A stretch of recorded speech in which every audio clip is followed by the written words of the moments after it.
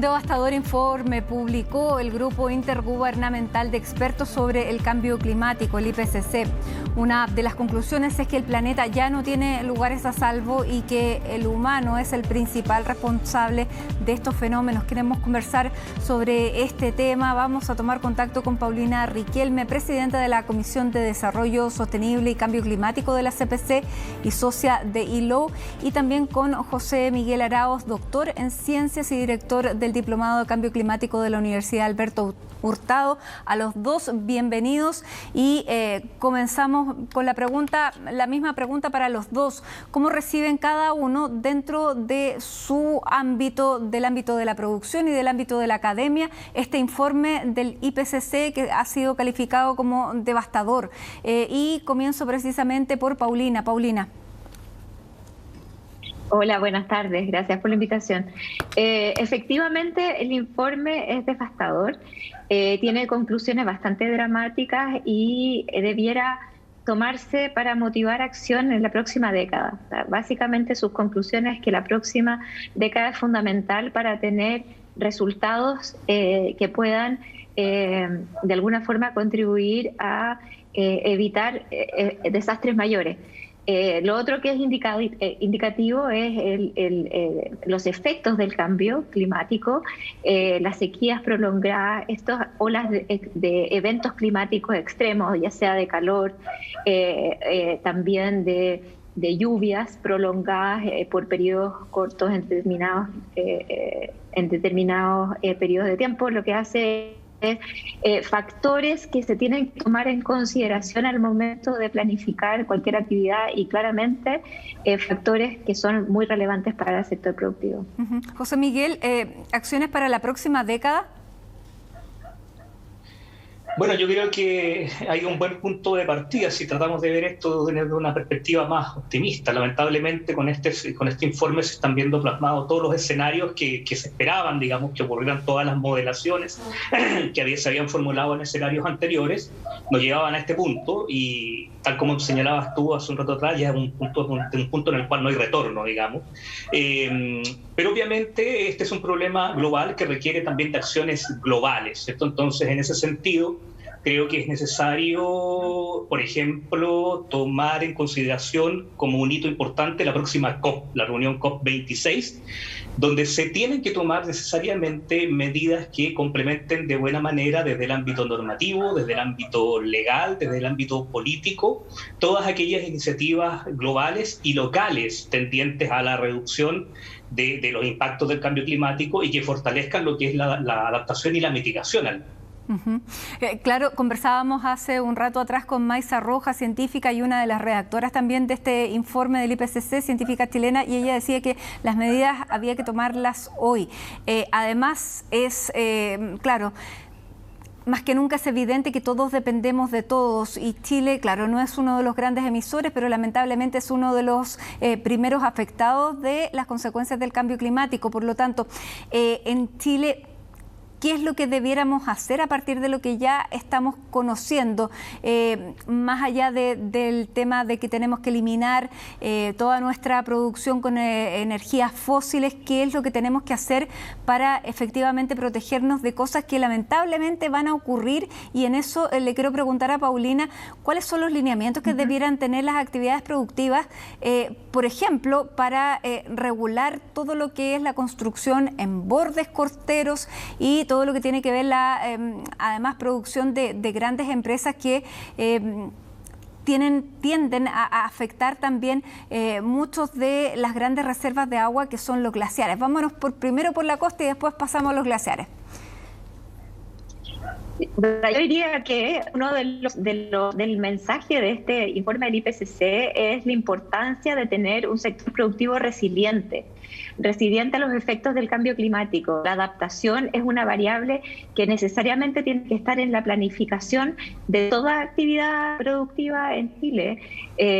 No solo la actividad que se localiza en los bordes costeros o en la cordillera, sino que en toda la actividad y entonces es transversal a todos los sectores productivos. Ejemplo, el sector bancario, financiamiento, no solo la agricultura, la minería, la energía, el sector transporte. Es lo que nos está diciendo este informe es que los efectos son transversales y por lo tanto necesitamos trabajar en políticas públicas y también en políticas al interior de nuestras organizaciones para fortalecer la resiliencia, la adaptación al cambio climático. Una pregunta bien básica, Paulina. ¿El sector productivo está dispuesto a dejar de ganar, a ganar menos por cuidar el medio ambiente? Es que no es cuidar el medio ambiente, es cuidarnos a todos. Porque exactamente. Somos todos parte lo dijiste muy bien, una, pero ¿están dispuestos de una comunidad a dejar de ganar?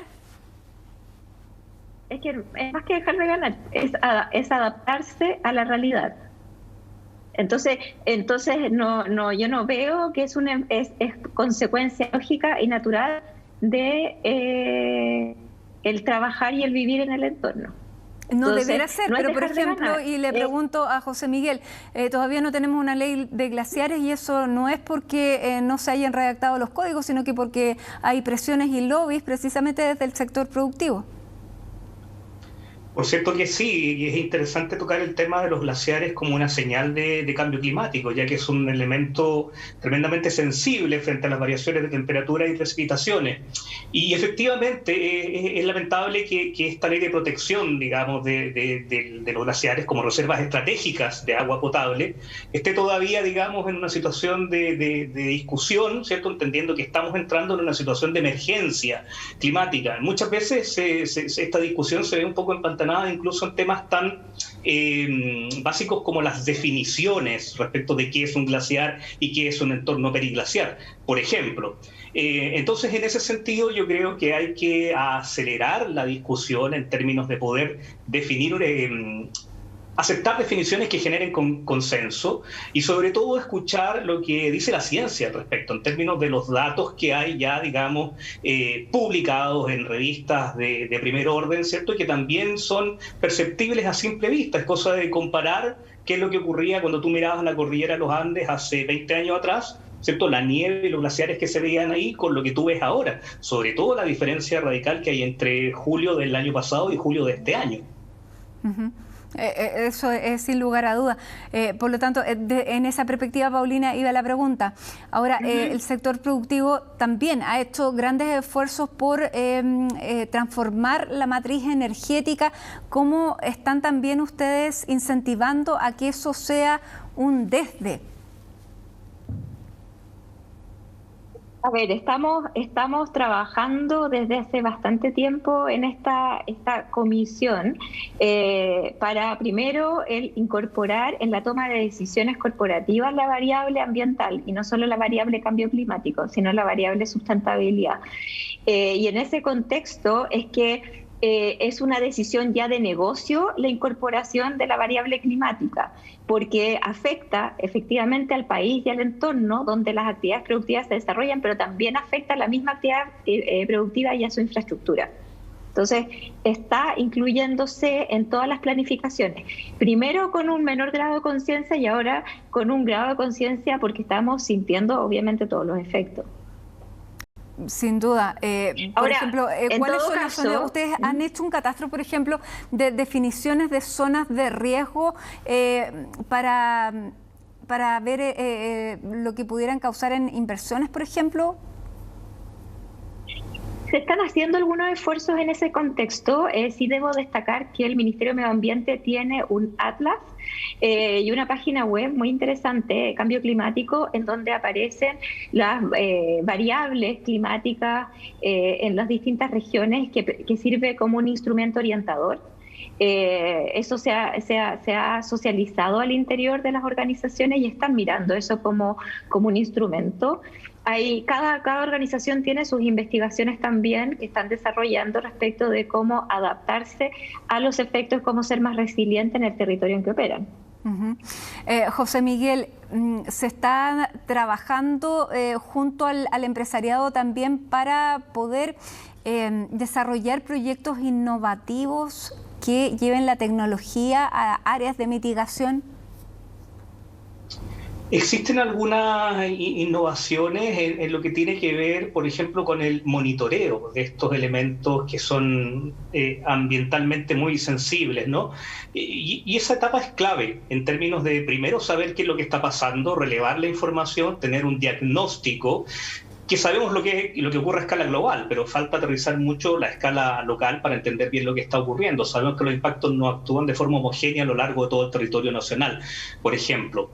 Pero sería más que deseable contar con una red de monitoreo o una red de levantamiento de información que fuera mucho más completa, que operara durante todo el año, durante varios años, que nos permitiera entender, digamos, el comportamiento no solo de lo que ocurre ahora, también eventualmente, ¿cierto?, que esa base de datos que se pueda generar eventualmente también permita entender de mejor forma lo que va a ocurrir en el futuro.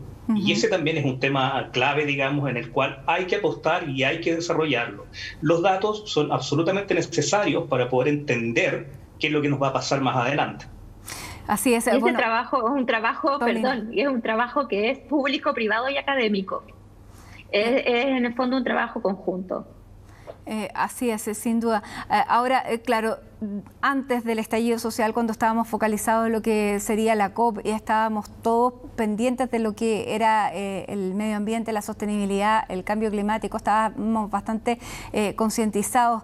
En este momento, ¿cómo se puede volver a retomar esa preocupación, considerando ya que no es solamente pensando en el bienestar del planeta, sino que es en nuestro bienestar, y sobre todo que hay muchas empresas, sobre todo a nivel internacional, que están invirtiendo solamente en empresas sostenibles? BlackRock que es un fondo de inversiones, para los que no lo conocen, un par de años ya solamente está definiendo sus inversiones en términos de cuán sostenibles y cuán amigables con el medio ambiente son las empresas.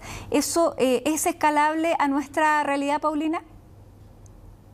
Eso es perfectamente escalable a la realidad nacional, y en todo caso hay distintas realidades. Si bien el cambio climático es transversal, hay distintas realidades. Está la gran empresa, si tú quieres, la mediana empresa y las pymes, y diría que es necesario trabajar en políticas en todos los niveles. Perfecto. Y bueno, en el área científica, José Miguel, se está trabajando muchísimo. Es por eso que tenemos representantes como Maysa Rojas, que están incluso siendo parte de la redacción de informes como este. Me imagino que tienen mucho que aportar también, y que ya retomándose este tema, nuestra nueva pandemia o nuestra próxima pandemia, lamentablemente, es lo que tenga que ver con las consecuencias de este cambio que estamos viendo y que hoy día nos queda patente en este informe.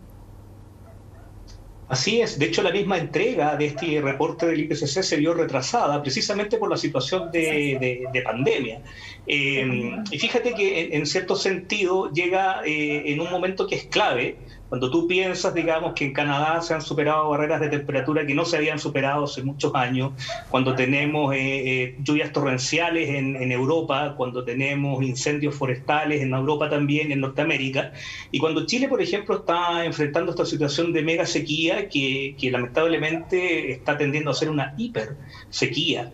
Entonces yo creo que va a ser básicamente una necesidad natural que se va a levantar, digamos. Ya existía esta inquietud por esta emergencia climática antes de la situación COVID. Obviamente después se generó, digamos, toda una preocupación en función de la pandemia, pero yo soy optimista. Yo creo que una vez que regresemos o que termine un poco esta situación de pandemia, naturalmente se van a volver a relevar estos temas.